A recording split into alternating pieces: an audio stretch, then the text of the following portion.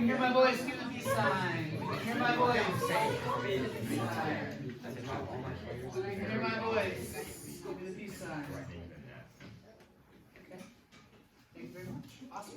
So, Waverly, tell me about someone that you met from another continent. Let's see. Oh my goodness. Okay.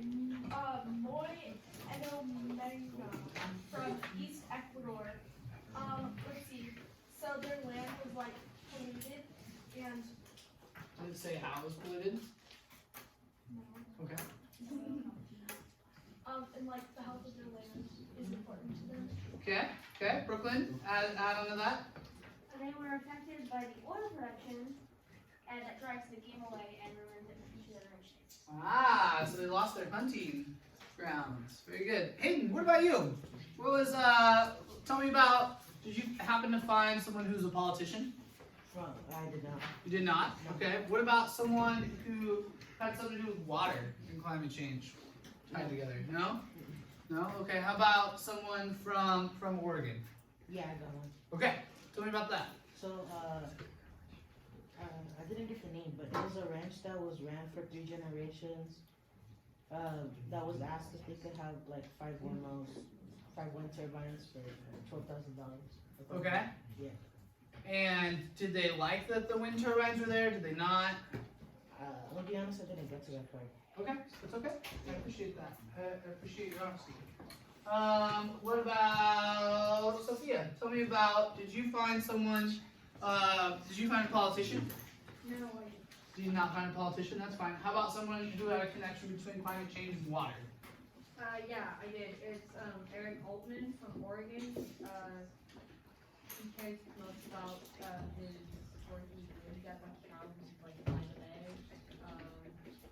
So he's worried about his home and also the birds that nest by like the river because the water levels are rising. Yeah. And they're gonna have to move soon, but the birds can't do anything. Yeah.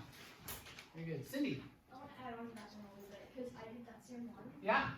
It's really he talks about how he believes that climate change and all that stuff is affecting like the sea levels and they're rising. So if he moves like those birds, a lot of those birds, their diet and like how they thrive depends on that water level and how it's going. Yes. So what he was touching on to expand on what you're talking about is in Oregon we have a lot. We're one of like the hubs for migrating birds, migrating north and south. One of the biggest areas that those birds use are wetland areas, and wetland areas are typically the kind of we often, how do I say, build on those. Because as humans, we see those as kind of like useless. I mean, think about it. You think about a swamp. How many people are like, yeah, that's a sweet spot I want to go visit? Yeah, crickets. Nobody. So, but they're actually very important to migrating wildlife, like migrating birds. So, that's kind of what they're touching on. Very good. So, thank you for participating in that. So, let's everybody turn to page 9 now. Turn to page 9. All right. So, now here, we're going to do some background research on power production. Okay? Similar to the scavenger hunt, this one's going to be a jigsaw activity. So, if you read here, you'll see a certain type of power, you'll see a description of that power, and then criterion 1, 2, and 3. So, if we're talking about different ways that power is made, so right here we have hydropower, coal, wind, solar, natural gas, geothermal, marine energy, and biomass. Okay, if we're talking about those different ways that they're made, what do you think if we're going to create energy, what's some of the criteria? Criteria is something that's an important factor to think about as we're creating that energy. What is think for a second, what is something, if we're talking about hydropower, what's one thing that we need to consider when we're making hydropower? Think on a second, and then we'll raise our hands. Think on a second. Okay. Cool. I would say like how it's going to be powered and if it will cause any like air pollution or water pollution or something. Okay, I like that. So is it going to cause any air pollution or water pollution? Very good. Sophia.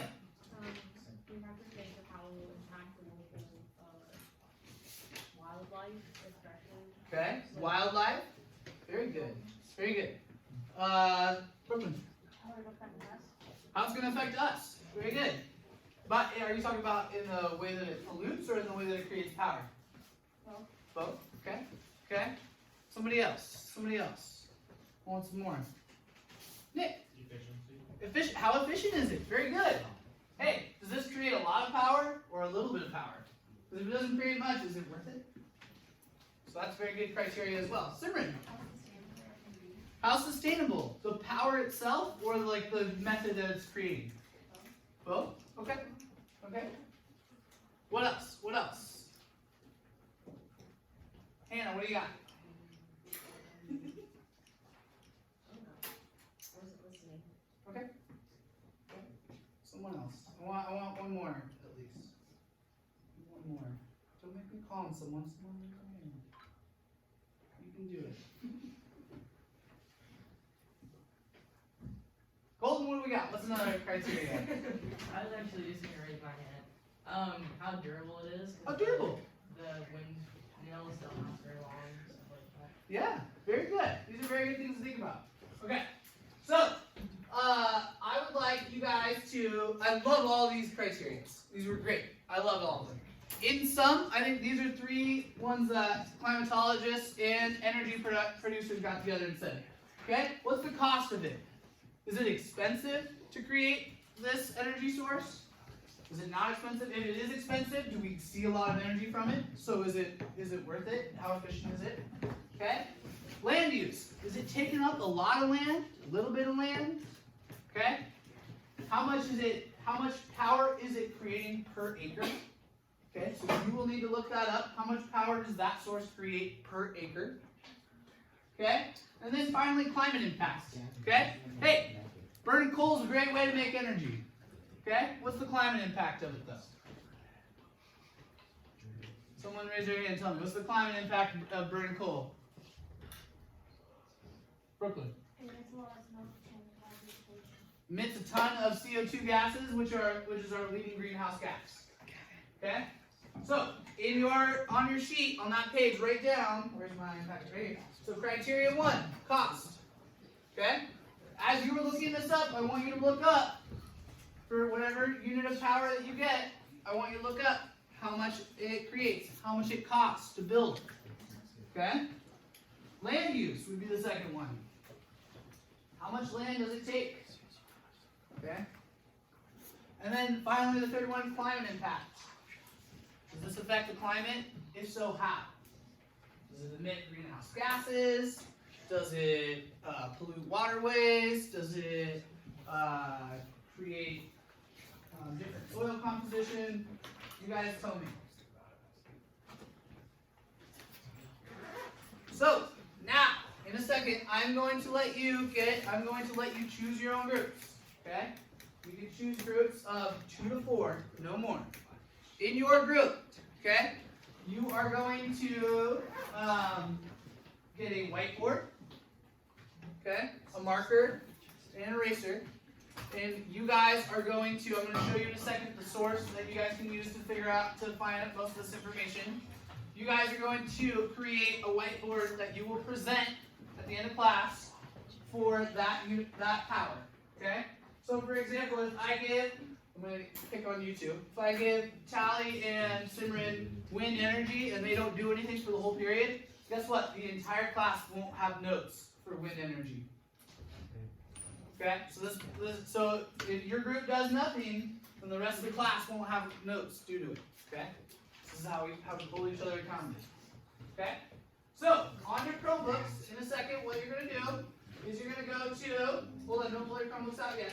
Okay? You're going to go to the physics homepage, right here. You're going to click that power button, just like we had for Unit 4, for the shoes. Now we have the power button. Okay? And once again, we have this everything in one place. What I want you to do is I want you to scroll down to Objective 2, and right here in Activities, okay, the background research jigsaw puzzle, the link to the energy map. You're going to click that link. It's going to open this up. Okay? This energy system map. Now let's say I have coal energy. I'm gonna scroll down, I'm gonna look for the little tab that says coal. Okay, I found it, boom, coal. Okay, then I'm gonna hit view topic. This should be able to answer most of what I'm asking you to fill out for the description and the criteria.